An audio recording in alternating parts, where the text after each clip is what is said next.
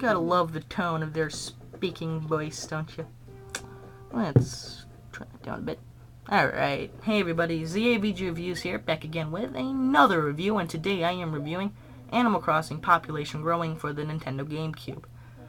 Alright, I felt like this review was about due since recently at E3 they released the Animal Crossing 3DS trailer for the 3DS. I do plan on getting the 3DS, and I do plan on playing that game, doing a review of it. So, yeah, look forward to that. But before that came out, I wanted to make sure I completed the Animal Crossing series, excluding the Nintendo 64 game. So, I decided it was the right time to review Animal Crossing Population Growing. Now, if you've ever played another Animal Crossing game, nothing really has changed. The same goals and blah blah blah blah blah, all of that. But for most people, if you ever played Animal Crossing, when this game first came out, this is probably the first Animal Crossing game you've ever played. Saying that, you could probably tell that there's a lot of differences in Animal Crossing Population Growing from Wild World and City Folk. What kind of changes? More small ones than big ones. One of them is that the camera is not the same. It's kind of a big one. The way you move in this game is very different from City Folk and Wild World. You might be used to the camera in more of a worldly view from the side, kind of showing the world moving under your feet in Wild World and City Folk. In this game, the camera is an overhead view as your character runs from acre to acre, which is another thing in this game. Acres are in this game, and there's a certain amount of length throughout your town. Every time you cross an acre, this camera pauses, shifts to the next screen, and you start running again. It can get a bit annoying at times, but nothing that you should worry about too much. What else in this game? A couple of new neighbors that you're never going to see in another Animal Crossing game as of right now. There's a lot of neighbors in this game that you can't find in any other Animal Crossing game. Of course, except Nintendo 64 version. Well, of course, I don't know if they're in the Nintendo 64 version, but you never know, because I've never played it. So, yeah, expect to see a lot of neighbors you never knew existed. Okay, so what else is different from this game? The music. The music of different is different from this game. You know, every hour they play a different melody of music. In this game, the music is a lot more upbeat than Wild World and City Folk. City Folk and Wild World have identical music patterns. They're more relaxing. This one's a bit more upbeat and cheerful. Both of them are good. This one's a bit more fun, I guess you would say. The characters also react differently. I guess you could say that you can hear them say the normal words a bit more. Like if you listen carefully, you'll see and hear the characters say the words that they are saying, like in really fast motion, like say if the chipmunks were on crack. But that's not realizable. So I guess that's kind of past the picture. But anyway, another thing the characters can ask you to do in this game is you can ask them if they need any help. If they do, they'll give you various jobs, such as picking something up from a character or dropping it off. Most of the missions that the characters tell you to do now are just reactions they'll tell you whenever you decide to talk to them randomly most of the time. And this is the only game, of course, besides Nintendo 64 version, of course, but I don't know if that's 100% sure. I'm just assuming that the Nintendo 64 version is like Population Growing. I'm not 100% sure how related they are.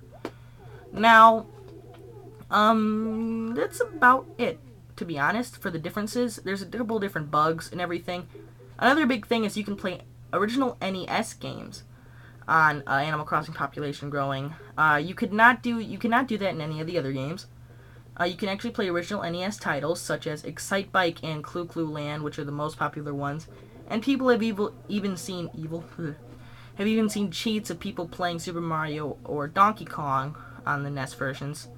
I played Donkey Kong before by using it as a cheat code. I'm not sure if you can play Super Mario Bros. I'm gonna have to look that one up. But besides the picture, that's pretty much it. I guess I can tell you the story of Animal Crossing now if you don't know it. Animal Crossing, basically what happens is you're a young boy or girl, or old boy or girl, there's really no age restriction, who comes to the town and decides to live their new life there, where you can pretty much do anything from when you're done working at Nook's shop. You can fish, you can catch bugs, you can dig fossils, talk to your neighbors, decorate your home, or all of the above. It doesn't matter what you do. That's pretty much it. To be honest with you, besides doing that, that is all Animal Crossing has to offer. You living your life exactly the way you want it.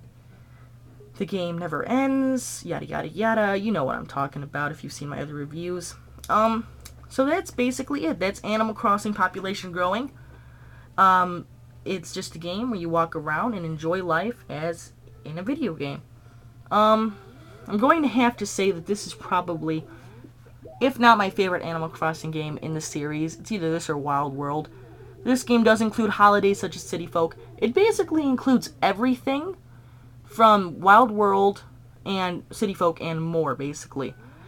There's a couple of tweaks that need to be made in this game that are made in the later versions, but there are also some things that are not in this version. Like, in this version, nest games, more neighbors, more bugs and fish. Cool.